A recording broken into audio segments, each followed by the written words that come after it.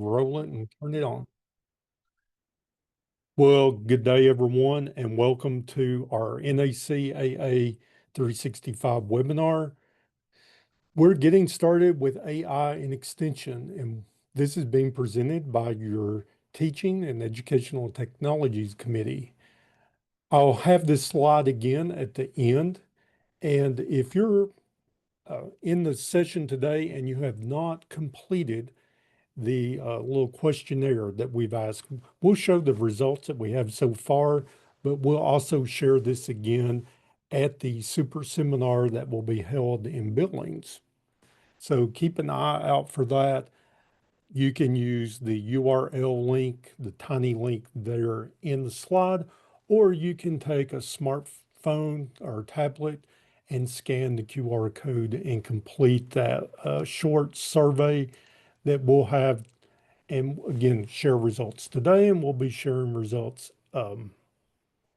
at the super seminar. So today I have our TET committee members with us. We've got Melanie Barkley from Penn State, Scott Duggan from Oregon State, Alicia Halbritter from Florida, Travis Harper is from Missouri. He's not here with us today. And then myself, David Yates. So let's go ahead and get started. So what is AI? It's something that we hear in the news every day. People are talking about it, but really, what's the tech and the science behind it? Well, AI is a large language model, and it uses algorithms and data to make predictions, solve problems, and perform tasks. What it's really doing, it's going out and it's mining and looking for information that is already out on the web, coding, tagging it, putting something together so when we ask for something, it can go out and search and look for that. These models, they learn and they improve by analyzing large amounts of data. And as more data is put onto the web, it's searching and finding more and more of that information.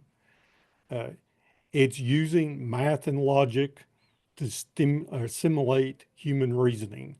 And I can't help but think about the Terminator movies. And we go back into that and how the computers took over the world. And you have, little feelings toward that. Um, I don't think we're anywhere near that. So let's don't worry from that.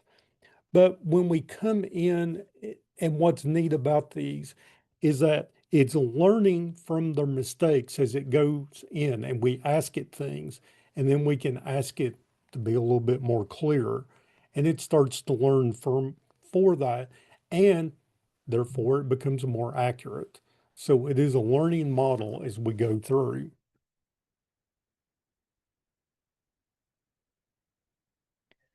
The next thing is thinking about, well, how much does this cost? And you can go out today and you can use AI models and they're completely free. And there's a number of those, and we'll look at some of the examples.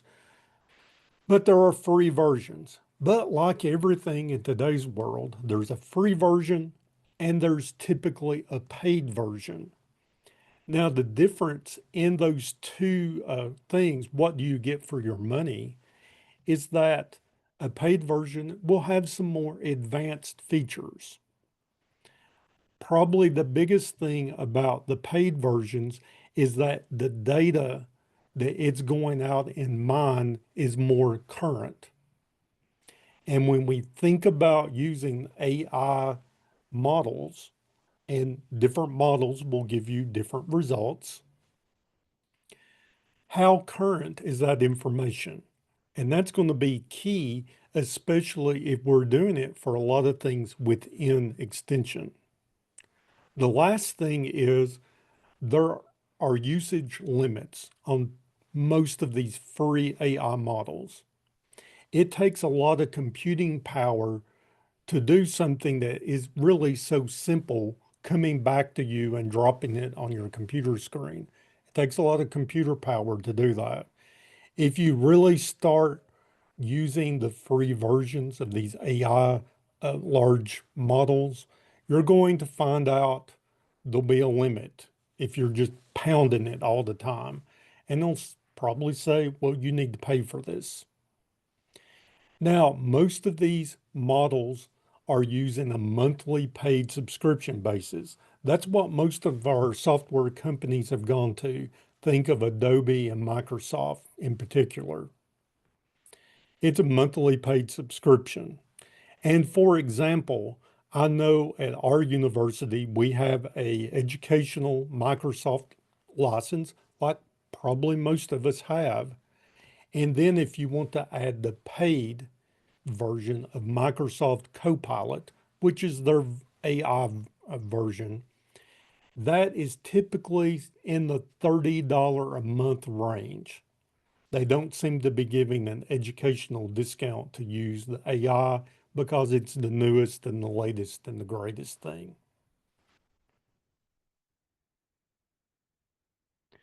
So, what are some pros and cons of using AI? And these are just a few. This is by no means the only set of pros and cons, and you can add and change in your individual circumstances. But a lot of pros look at improving accuracy of information because it can go back and check different sources. It can do things as simple as checking your spelling and your grammar. AI is very versatile because, again, you can ask it really anything, and you can ask it anything in a lot of different ways to pinpoint what you're actually looking for. The speed of it is pretty amazing when you think about what you're asking it to do. And if you remember back in the old days when we all had to go to a physical library to do something, you're doing this with a few keystrokes on the computer and a high speed internet access. It's very adaptable. And the cost of using AI, when you think about exactly what it's doing and how much it's doing, it's very economical, even if you're using a paid version of it. Um, we have those accessibility standards. I think one of the pros of AI is thinking about how we can use it in our work to streamline tasks that we do. Are there certain things that we can ask it to do about writing things for us or researching things for us? And we'll go into some examples of that. Some things that we need to be concerned about with AI is whatever it brings back, is it accurate? Does it have incorrect information to it? These models go out and it's mining information that's out there. Is it mining the most current and relevant information that's out there? Again, paid versus free. A big thing that we have within our university in Tennessee is the security of these AI models. If we're putting information into these AI models, and this is proprietary information, research information, do you want that open and spread for the whole world to see? Maybe it's some of your personal information that you put in. Security is one of the biggest things that we really have to think about as we're dealing with any of the AI models. How secure is it? Uh, is this AI model biased toward a particular set of information? We, as land grant institutions, are here to provide that research-based information to the public. And we pride ourselves on being unbiased. So we really need to focus and see, what this information is that's coming back, and is it leaning one way or to the other that we're not wanting to portray. That leads back in the bias into how good is the data? What is the quality of it? Where did it find this information at? A con is it has that lack of contextual understanding. We understand and know what we're asking it, but does it actually come in? Um, when we're asking for references and things, what kind of information, where is it going to mine this? And is that AI model going to come back and give you the references and show you exactly where it pulled all of this information from? In our chat, Nicole has added in, worth mentioning is the environmental impact. Uh, how much water usage to cool those centers? How much electricity does it take? If you've had or live in an area that's had one of these centers built or one for Bitcoin, we understand, there's some environmental and some energy concerns that we have to place on this. Plus, what kind of jobs does a data center provide for us when we have companies coming in to build these? Now, I'm going to throw the ball back in your court, is to think about, so what has your particular university shared, said, made rules about for AI? There are a number of restrictions that university has placed, and a lot of this will go back in to say which of these AI models could you use, or which one might we recommend. Your university may have rules and regulations to say what information can you actually come in and ask and use AI for.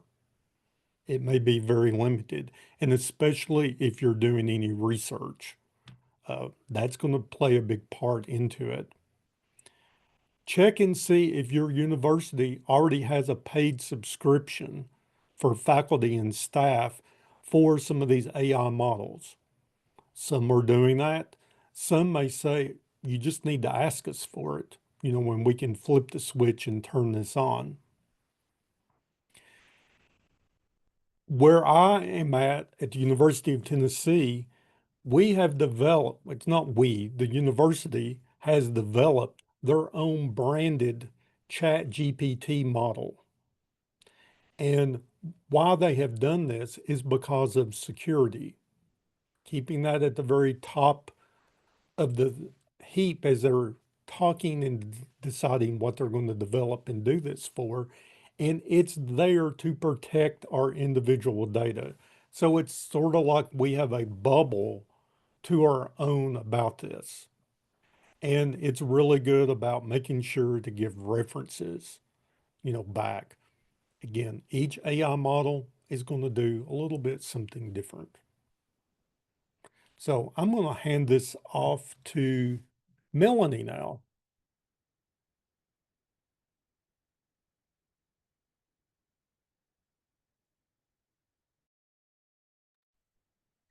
We find that we have a lot of current AI uses in our daily life, and many of them we may not even think about, but they are available to us. And David, could you hit the clicker for the next bullet? So things like virtual assistants, we have Alexa, Siri, Google Assistant. They use a natural language processing whereby they understand our voice commands. So for example, with Siri, I have that turned on my phone. So if I lose my phone, you'll hear me in the house, Siri, where are you? And she will actually answer me and she'll say, here I am, so that I can go find my phone. If I have questions, I can just ask a question. You can do that to any of those three, Alexa, Siri, or Google Assistant. Next bullet. Then we have things like e-commerce, where the commerce AI can make product suggestions. So think about any past purchases that you've made or any of your browsing history. So Amazon's really good with that, where it pops up with things that I may be interested in purchasing. If you've got Netflix, you may get suggestions for movies or shows you would like to view. Amazon Prime will do this also. Spotify may suggest some different types of music that you may be interested in listening to. Next bullet. We have face recognition. So I am a good one for not wanting to remember the, to remember passwords. So I often turn on face recognition on my phone so that my apps will open up without me having to enter something into the app so that it will allow me access. Okay, next. We have different navigation apps, so things like Google Maps or Waze. So if you look at the graphic on the far right, this is just a screenshot of me putting something into Waze, looking for directions where I want to travel to. So it even gives you things like real-time traffic updates. So if there's an accident, these apps will be able to route you around that accident. They can predict arrival times. So if you're looking at the graphic, there are 3 different routes, and it lists different times that it might take. It has the purple one highlighted. Tells me that's the best route, maybe the shortest route. But because you're traveling on I-95, may not be the best route for you. So you may be able to add your judgment in and make a change. So the one to the left that says 6 hours and 47 minutes, that's the route that I normally take when I'm traveling down to my daughter's, because I-95 can get pretty congested. So you have those different things there. Within those apps, they have neat things where you can go in and mention that there's debris on the road, there's roadkill, there's police, or maybe even a vehicle parked on the shoulder, so that you can be aware of hazards that may be coming up. Okay, next one. So social media works very well with AI. They have some personalized news feeds. So again, they're thinking about what have you been reading and what may be related to that. It may give you friend suggestions. So I pulled up Ryan Fairburn. Ryan works within agriculture, and also his mother is a retired extension educator. So, it was just natural that the Facebook made that connection and brought him up as a potential friend suggestion. They may also have targeted ads. So if you've got Siri turned on your phone, on an iPhone, we used to joke that, you don't actually have to go and search for something. You can just start talking about it, and then those ads start to pop up. But within social media, if there are certain things that you are looking at, it will again target those ads that will be most likely for you to react upon. Okay, next one. Sorry. We have a smart home devices, so things like thermostats, where you can set different temperatures for daytime or for nighttime, decrease the temperature while you're sleeping. Security systems, maybe they even have various user preferences. And next bullet. And we have different customer chat bots. So if you're working online, or even if you make a phone call, these bots will come up for customer service. So, you're not able to initially reach a person to speak to. You may be working through one of these chat box. So it's good for customer service. They may use it for fraud detection or providing some personalized learning for you.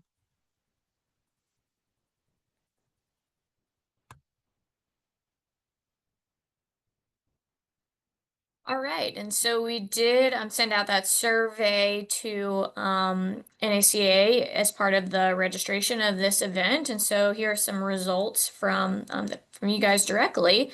It seems that quite a bit of you are already utilizing AI in your extension work. So about 66% of our respondents say they're using it in some capacity. Most of that is you can see there on the right as far as using AI for writing materials. So whether that be articles, fact sheets, blogs, could be, generating those materials or generating outlines or just helping with some ideas or modification of existing documents or anything of that nature. It seems that that's the kind of heaviest presence of AI use in extension right now, but most people are using it as well for administrative tasks. This could be helping with scheduling, data management. We are also using it for proofreading some of those papers or articles or other texts that are written by the agent themselves.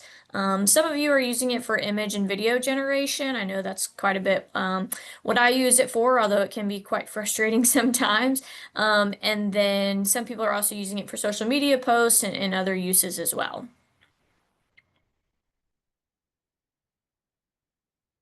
And we polled you a little bit on your university thoughts on AI because we know there are a wide range of stances currently on this kind of rapidly changing environment here from the extension standpoint.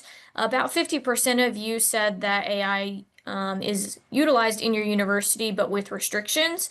And the other half of you said that you just don't know quite what your university stance is, or that it is completely encouraged and supported. So that is good to know. We didn't have anyone report that it was discouraged or prohibited completely. So again, it's rapidly changing, and we know that these ideas could potentially change day to day as the scene really changes.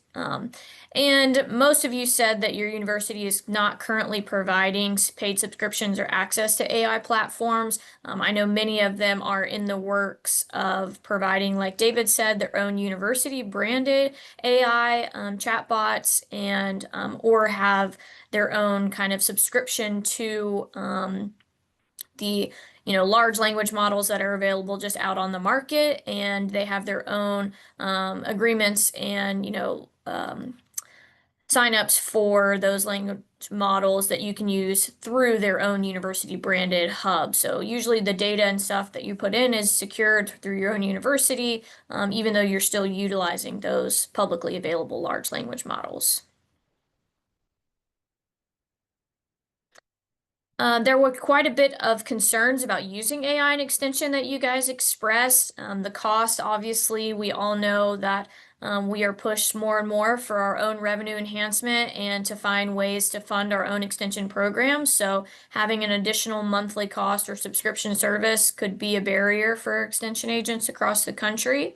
The accuracy of them is obviously a huge consideration, especially those of us working in the agricultural fields, because we could be making recommendations to that could change people's lives as far as their economic situation is their business or their agricultural operation, or making potentially illegal recommendations as far as pesticides or animal health or anything of that nature. So the accuracy is a huge important consideration there. There is quite a bit of a learning curve or training required to utilize these large language models. If you're not already technologically advanced mindset, it can be quite a barrier there. So especially again, as these are rapidly changing, the considerations that we have of what's out there and what's available and what's the best way to utilize those situations.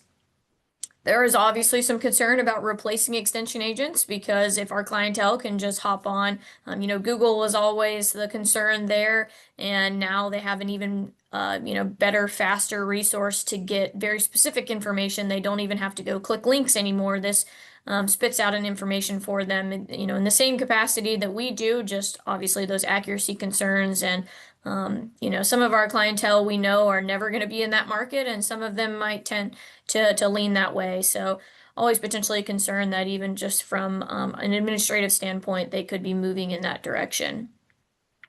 Obviously, as we get faster with our jobs or have these tools at our disposal to where it makes our day-to-day tasks quicker or less of a burden, that increasing workload demand is a concern there because if I can, easily pump out blogs and articles and all of these, why can I not do more and more and more and more if this AI is available to do that? So that's definitely a thought of the future of AI in extension.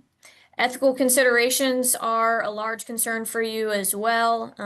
Is it right for us to be using this? Especially as Nicole mentioned, the potential environmental impacts for every time you send a ChatGPT prompt or request.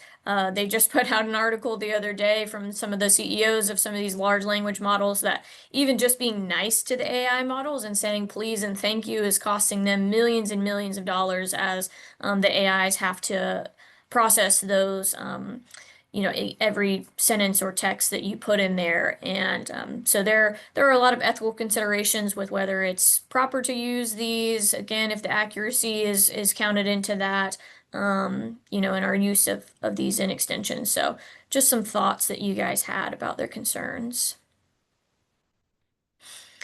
But of course, we recognize that this is, an up and coming tool and resource for us that could potentially be a huge benefit to our work in extension. So these could be things like time savings, potentially improved accuracy, increasing our productivity, increasing outreach and engagement, and exploring new skills and thoughts that, we may have not even known were available. And then enhancing data-driven decision making for farmers and ranchers. So if I can essentially have a conversation with an expert there and input things that my clientele are telling me exactly, and get knowledgeable, accurate results back, without ever speaking to, or waiting on an email reply from a specialist or something of that nature, could be really helpful as far as being able to provide a service for our clientele.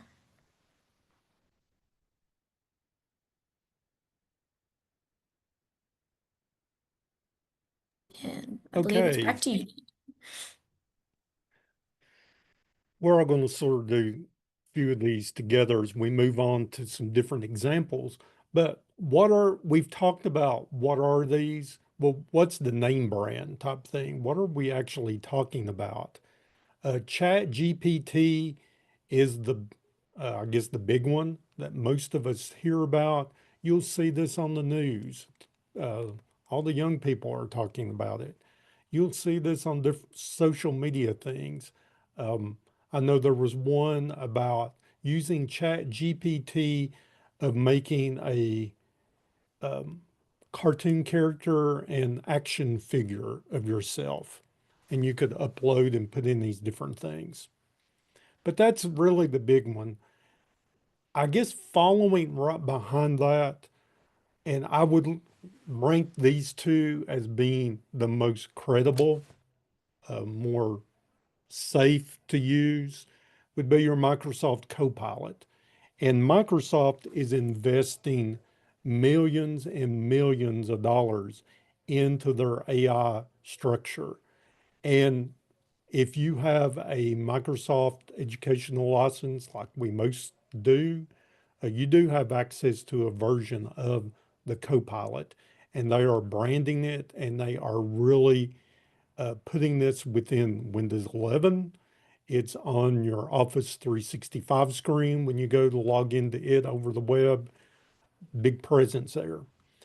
One that's gotten a lot of bad press, so to speak, would be DeepSeek. There have been some great concerns about what data it was looking for, how it was coming that, bringing it back. I know that there are some universities that have basically come in and banned the use of DeepSeek on university-owned equipment and through university accounts. AI detector is another one. Again, it's some of that. I think it's more up and coming. We're learning more about that one. It is not as popular or well known yet, but there's many, many, many deep large language models. And, we're just hitting a few of the most well-named ones. There are more and more universities coming out with their own branded AI system. The University of Tennessee has theirs. It's called UT Verse, University of Tennessee. All of these that I'm talking about are going to typically be free to start with, and then you can buy a subscription to that. If you're on a university model, that's going to be limited to university staff members. So you'll need to log in with your university credentials in order to have access to those.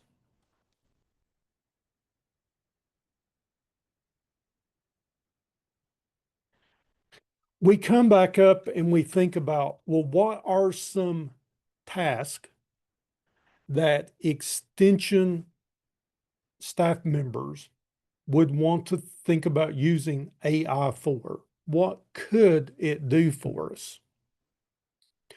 We've mentioned some of these already from the survey,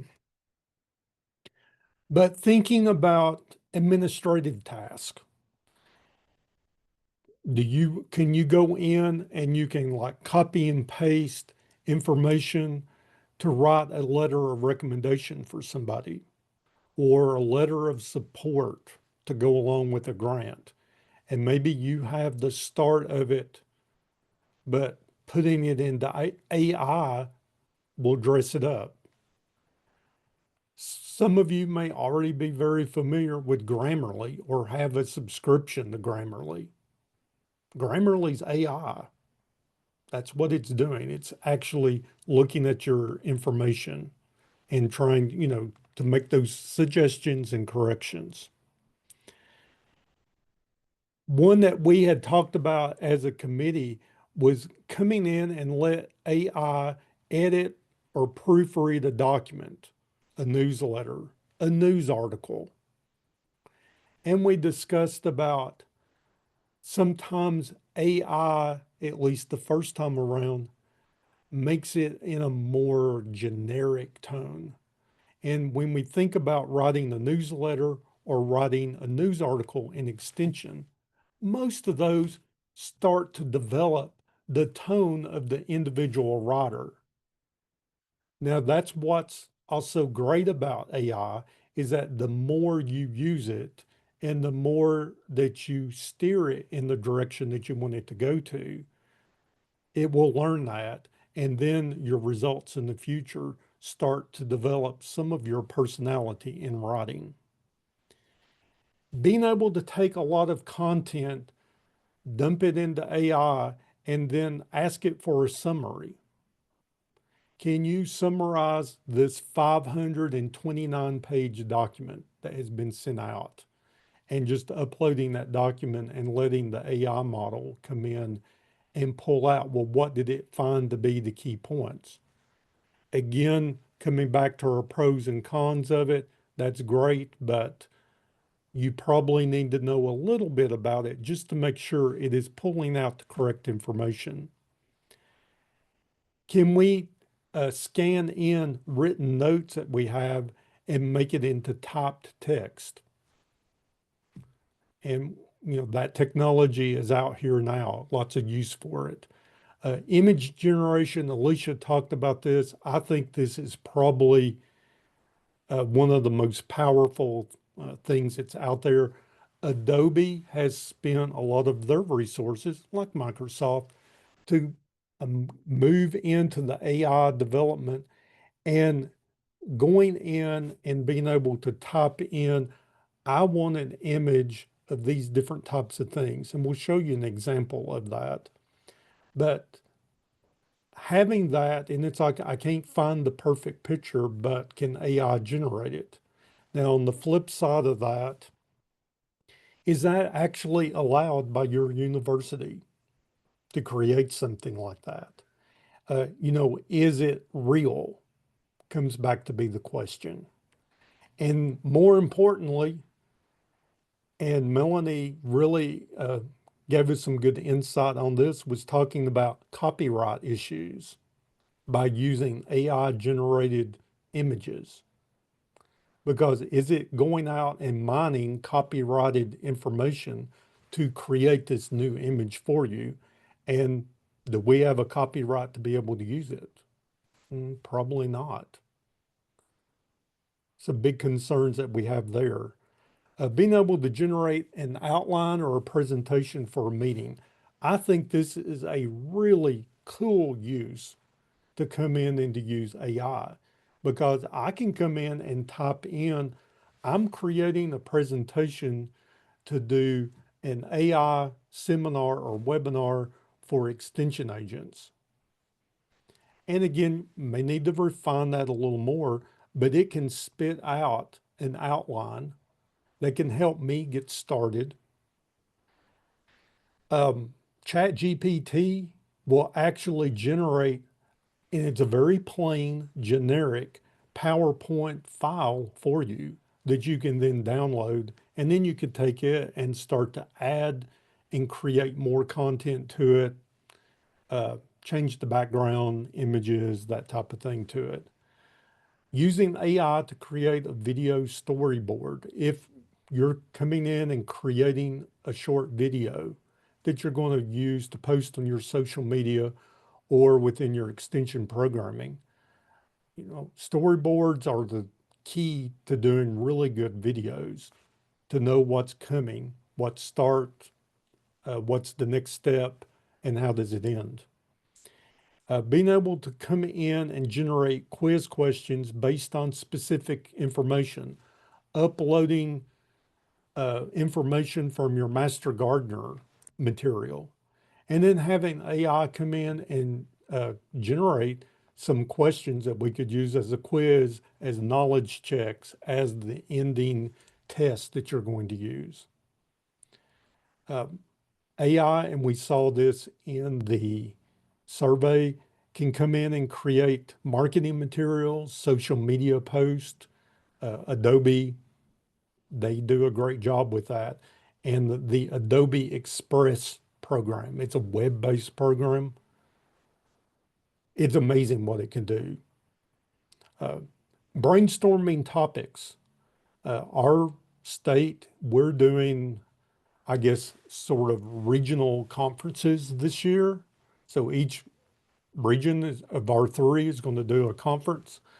And we used AI to come up to help us develop a theme of what the one was going to be for the region I'm in. And we kept spitting it in, and we just kept spitting the same thing into it. We put it in 5 different times. We got 5 totally different themes and ideas. After we put it in the 6th time, it started to repeat. So it's good for things such as that.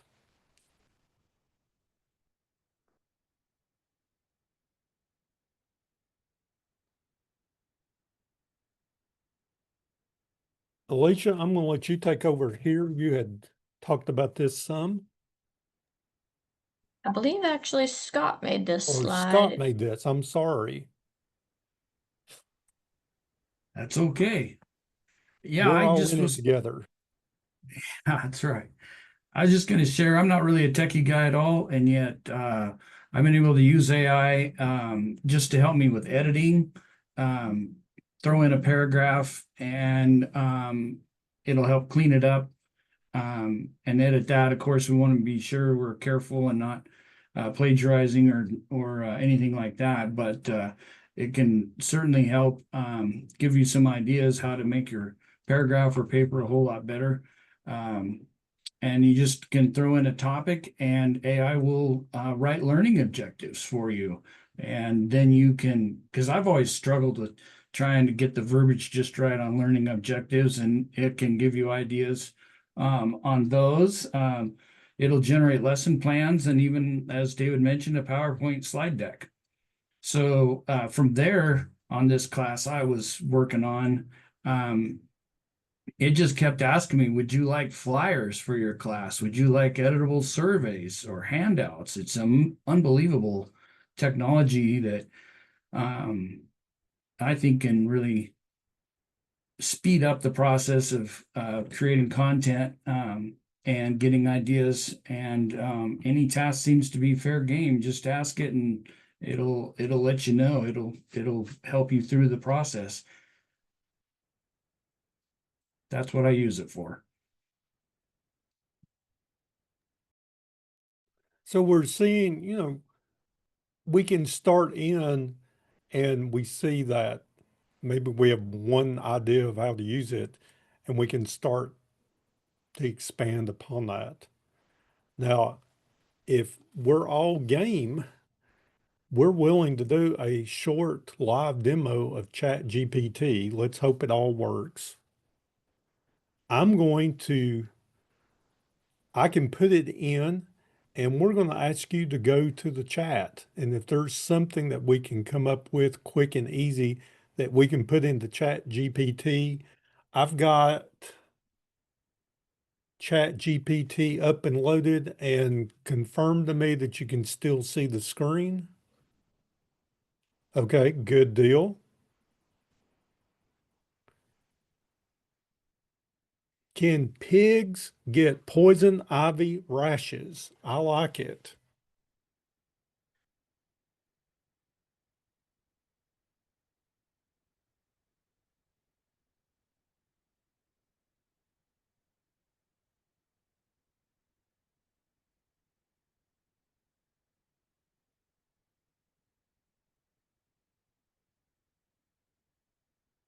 Okay, it's given us some information.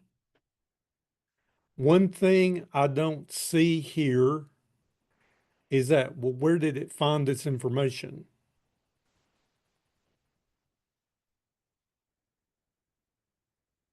So maybe I come in and ask it again.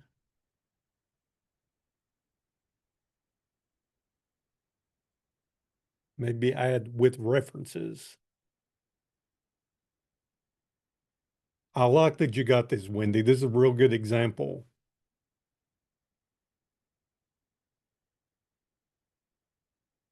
So now ChatGPT has come back to the consensus that pigs generally are not susceptible to poison ivy. And here are some references, and it's from Cornell University College of Ag and Life Sciences, the Merck Veterinary Manual, University of Pennsylvania School of Veterinary Medicine. How do you feel about those type of answers? Well, it's given me some information and I know where it came from. Would I be comfortable in sharing this with clients in my county, in my office? Mr. Justin, you've got your hand raised. I was just going to make a quick note. My colleague was playing around with this, asking it to write an article and provide citations, and it provided at least one of the citations was to a journal.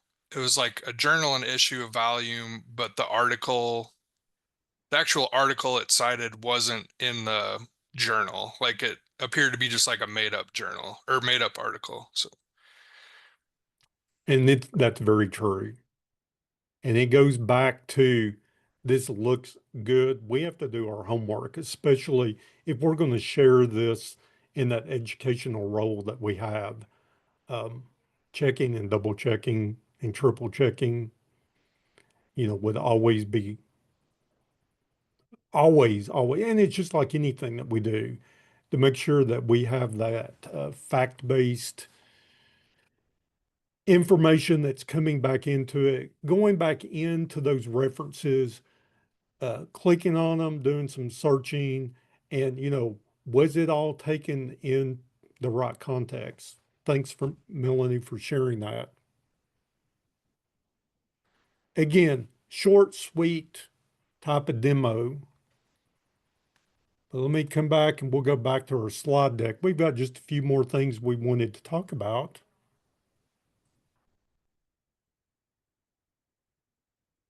And if we're back there, we're back to our AI tips and tricks.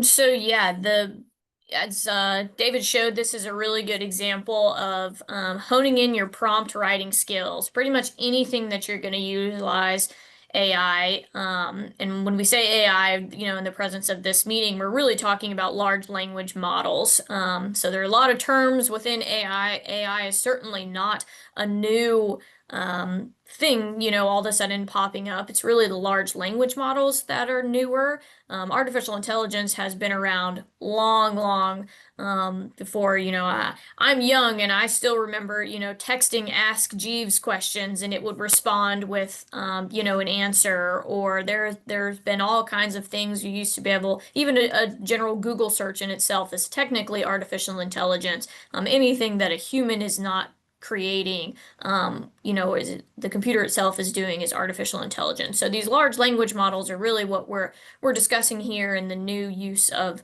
AI, and all of those require you to input some type of prompt or question or whatever into that large language model to receive your answer. So you really have to make sure that you are kind of figuring out what's the best way to get the desired response you're looking for. So something as simple as edit this document, you could get a lot back where, ChatGPT could cut out a lot of what you physically wrote that doesn't need to be removed. It could potentially change information, which might affect the accuracy of your blog. So you may want to adjust that and say specifically, revise this blog post text for clarity, grammar, and punctuation. And then I always like to say, please highlight any changes in red or, whatever is going to stand out to you so I can see exactly what it changed to make sure that those changes are accurate or acceptable. I'm not just going to trust this model to make sure that it didn't edit any of my information in a wrong context or anything of that sort.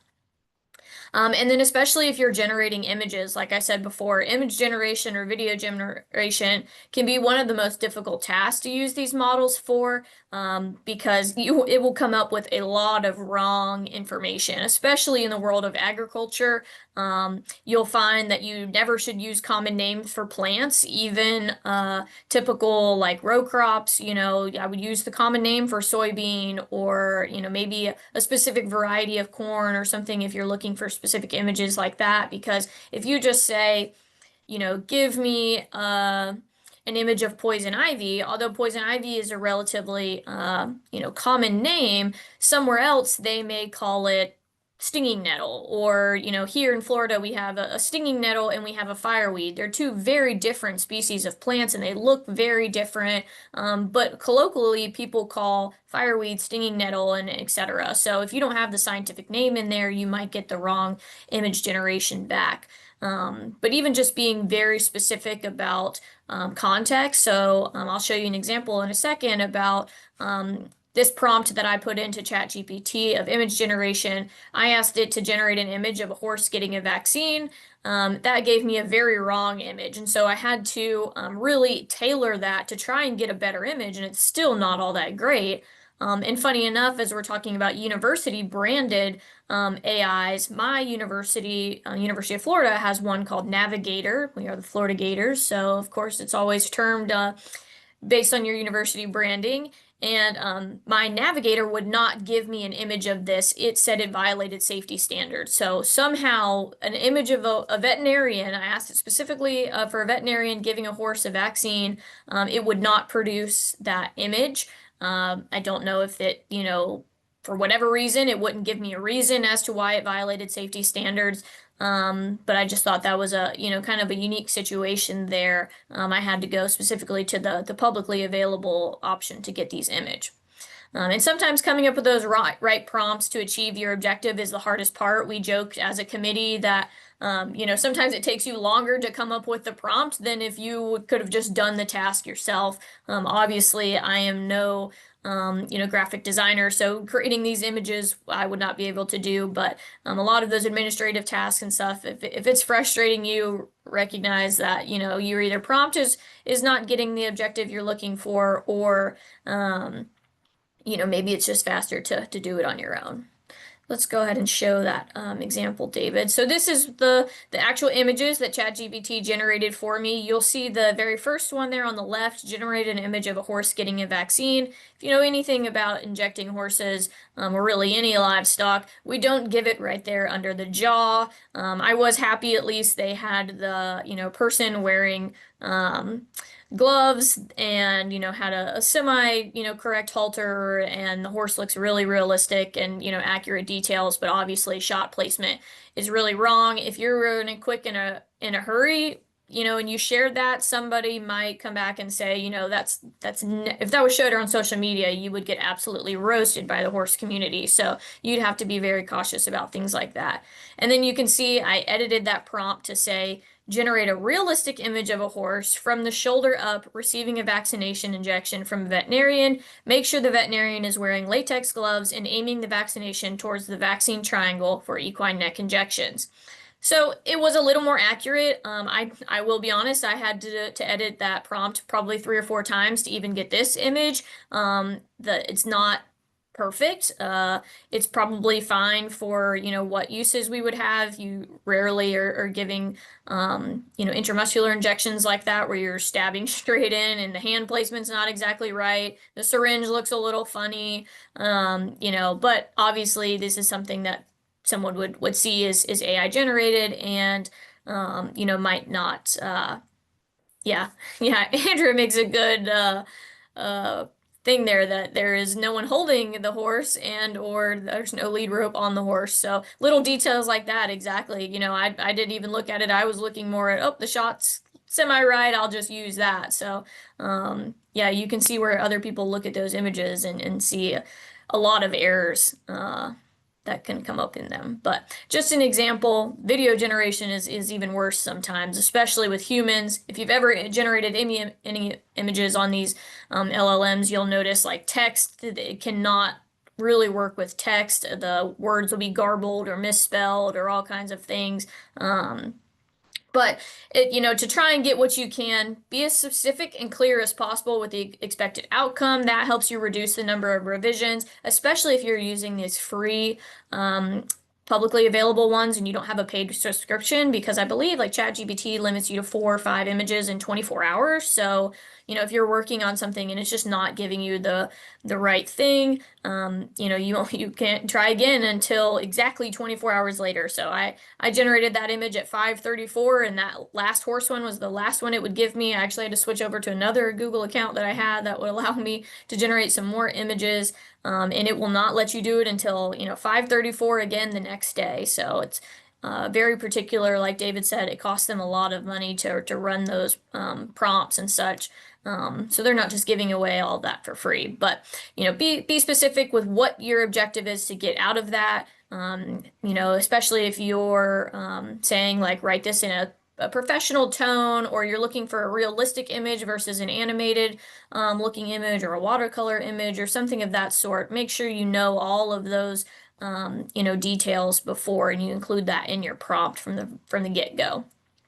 And then be realistic. Don't expect miracles every time. AI is capable of a lot, but it's really about training yourself to properly use AI, and recognizing that this is a fast evolving model and it's getting better every day, but it still is something that is a computer, and it's not a human on the other side that you can just easily communicate with and expect to get what you're looking for. So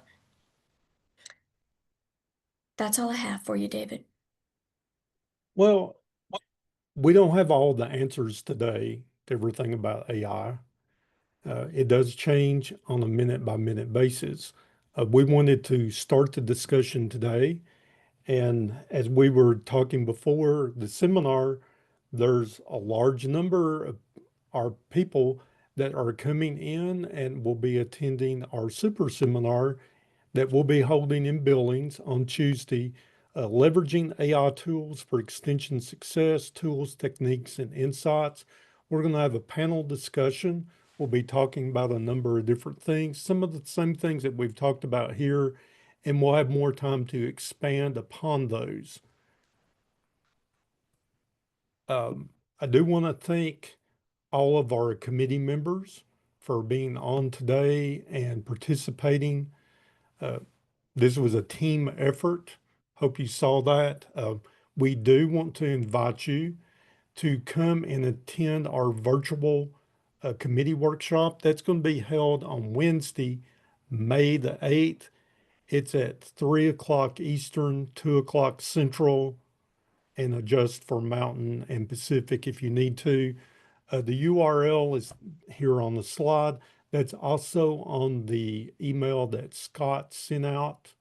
So you can come back in and check that out. But we would really like you to come and participate in that meeting because your impact, your questions, that helps drives what our committee will get to do.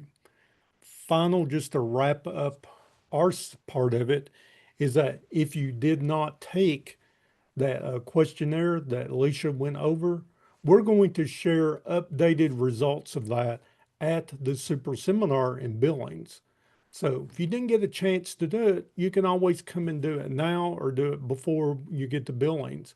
That's just by going to tiny.utk.edu/NACAATET, or you can scan the QR code on the screen.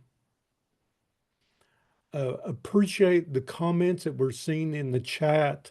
Again, we don't have time to go over everything, but come by. Scott said we had 230 people plus registered for the super seminar, and we hope to have a place to put all of you, or maybe even the ability to stream it while you're up there. Thank you for your participation and attendance today. Look forward to seeing you at our committee meeting and in Billings for the AMPIC. Thanks a lot.